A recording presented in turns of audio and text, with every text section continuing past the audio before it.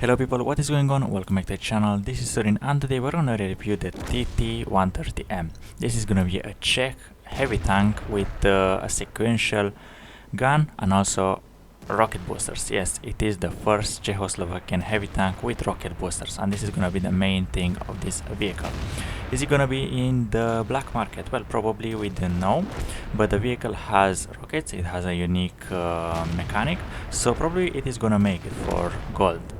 Because selling a tier 9, a premium tier 9 for credit, I don't think Wargaming is gonna ever do that, but who knows. But about the vehicle sales, I'm gonna compare it to the TNH TVZ51. This is the Tech 3 variant with a non-auto loading gun, and on top of that the Skoda T56, which is the best tier 8 premium, and on top of that it has pretty much the same DPM. As you can see, the tier 8 has pretty much the same DPM as the tier 9. On top of that, the tier 8 has an autoloader capable of firing 920 damage within 3.5 seconds, which is very nice. Yeah, but it's still not as good as the DPM of the normal gun on the TNH T50, but obviously this tank can make more credits, so I guess there is a balance. In terms of penetration, 244, that's actually fairly nice, and if you load the premium, it's gonna be 306. I mean, for a tier 9, it's fair, let alone for a tier 10, because some of the tier 10s are getting 306. I guess the VZ55 gets 306 as well.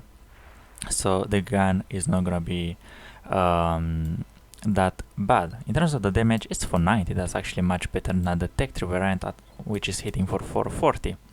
And the reload time, I guess it's fair for this caliber. It's 14.09 as a base, but you still get 2100 DPM, which is fairly nice for a heavy tank, let alone one with boosters. But is the mobility and armor good? Well, the tank has obviously 130mm caliber gun, which means you can obviously overmatch 40mm plates.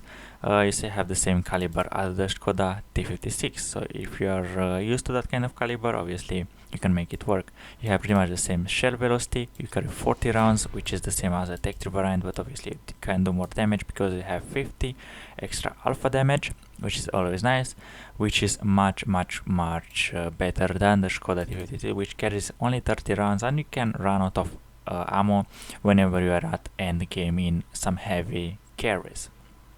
So this tank can carry AP, APCRs and HE shells, which are dealing 60 and 40. That's actually very nice with 65 pen, meaning you can maximize your DPM whenever you are fighting soft targets. Now, in terms of the gun handling, this is actually the tank. It's somewhere in the middle. It is not as good as the Tech 3 variant, but it's not as bad as the Skoda T50 in terms of aiming time and dispersion. But is it good news for the gun handling? Well, this is actually where this tank is gonna really suffer. You have horrendous gun handling. It is actually worse than the Skoda. I was thinking like the Skoda has really bad gun handling, but this thing has, even for the moving, for what is this, tank traverse and the turret traverse as well, which means even whenever you are stationary, you cannot really snapshot your shells, so you kind of need vertical stabilizer, or it's a must. Next, another limiting factor about this vehicle is going to be the gun depressions at only 5, whereas the other two Czech tanks gets only, gets a nice 7 and a nice 8 on the premium variant, which is very comfortable with 5 degrees, the same as the Object 590, the same as the Object 430U. Actually 430 and 430U, it is going to be kind of a struggle to fight on most hilly maps or any kind of terrain, but obviously you get 20 degrees of gun elevation, so I think that's a bonus. Now, in terms of the mobility, is it gonna be good news? Well, on paper you can only go 30 km/h top speed with 14 reverse. I mean, that's way slower than the Tech 3 variant, and even slower than the tier 8 premium. So by the looks of it, yeah, this thing is not gonna be as competitive on paper as the Skoda T56. So in terms of the engine power, is 600, but you weigh 55 tons, which means your power to the ratio is just under 11.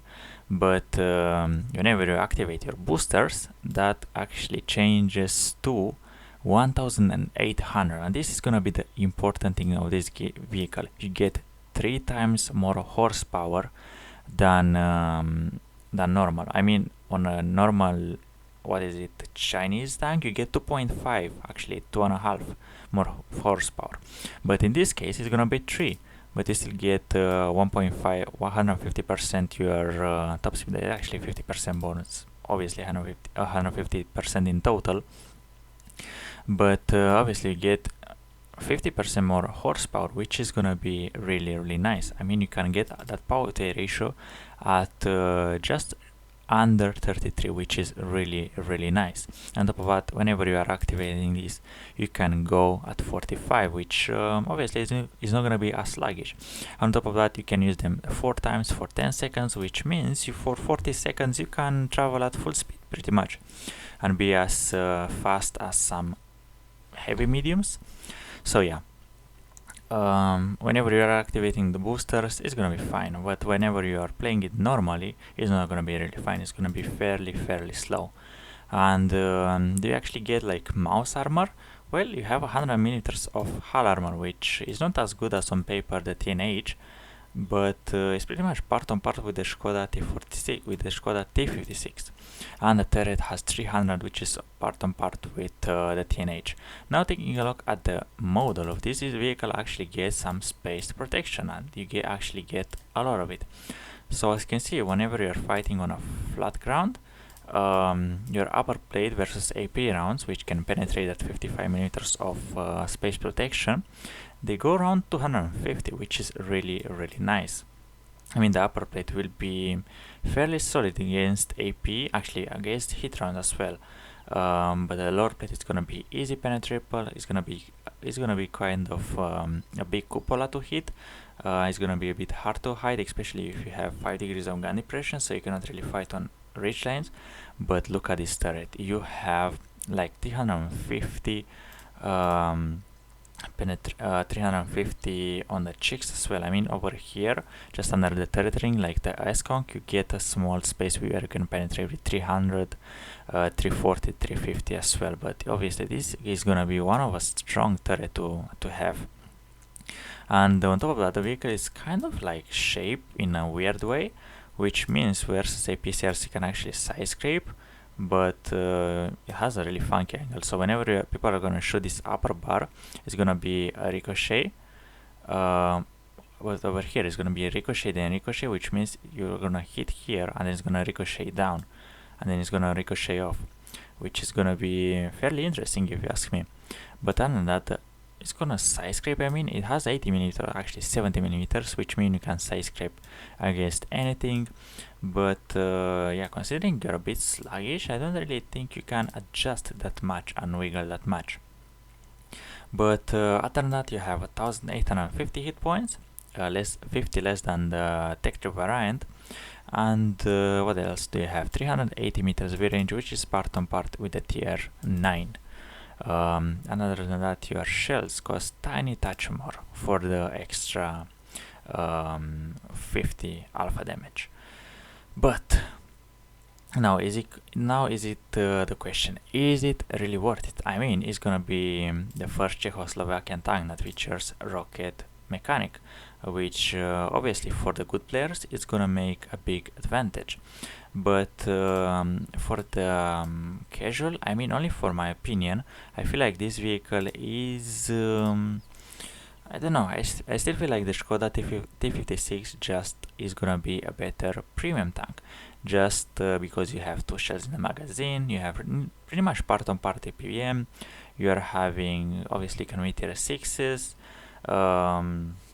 tier 8s, tier 8 matchmaking mostly of the time, you are having kind of a good gun handling, you are having enough hit points for your tier, enough view range for your tier, and I guess the penetration is gonna be a problem for the Skoda, but mostly of the people still find this vehicle as fairly decent. I mean, it's probably the best heavy tank, premium heavy tank in the game, part on part with the BZ-176.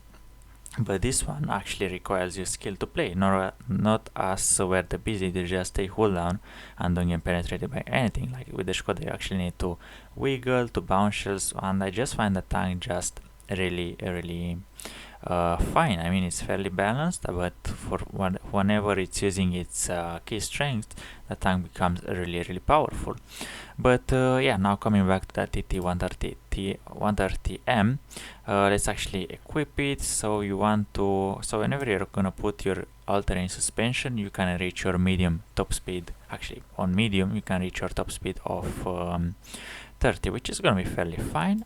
Next, you want to increase your accuracy at the cost of aiming time, which is once again a bit big, but actually if you consider whenever you consider the caliber, I guess that's fine. Next, you want to put a mobility in and 2 km/h forward speed, which will increase with the rockets. So if you slug down a turbo, let's actually put I guess some of you are actually gonna put bounty one in, so let's put it just for this video. Next, you could use like this and vertical stabilizer. Actually, for the sake of this video, I'm just gonna put it full bounty, because mostly of you, I think they can actually, you can afford it. So with bounty, you can reach a better top speed. Let's actually give these tanks some recon, smooth ride, snapshot, and situation awareness. And now the vehicle can go up to 37. It is still not the most, but obviously you're gonna be more mobile. But whenever you activate it, you can go 56 km/h nearly, which is gonna be fairly OP. Considering you have 1930 hit points, that's gonna be kind of a lot to last. And now your DPM doesn't look that bad, of 2400. So in a nutshell, this vehicle will not look, obviously if you put batch as well, you can pump it up, and on top of that you can get the 445 nearly mark. So yeah, once you manage to stack it up, the vehicle doesn't really feel that bad anymore. I mean, you have everything. You have decent DPM, you have decent dispersion, you actually get down to actually kind of good enough gun handling. I mean, it's not gonna be the best, but it's not gonna be as worse. So this setup is probably gonna be mandatory for most of you, or you can just drop the turbo for hardening for the city maps. But obviously the turbo stacks it up, and so we can go from base 30 to 45 and from 37 to 55, 56. So it's gonna be a big stack up. And now, what price do I think it's gonna be? Obviously, if it's gonna be for the black market, I feel like the vehicle for a tier 9, just because it's a tier 9, it's unique, it's gonna be the fear of missing out. I think the price is gonna be roughly around 20,000. I think the winning means 20,000 golds are for silver. For silver, I don't even know, because what's the starting bid gonna be? 15 million, 20 million. How many credits are people gonna bid for it? And on top of that, I don't think Wargaming are gonna sell something this unique with credits. Let's be honest.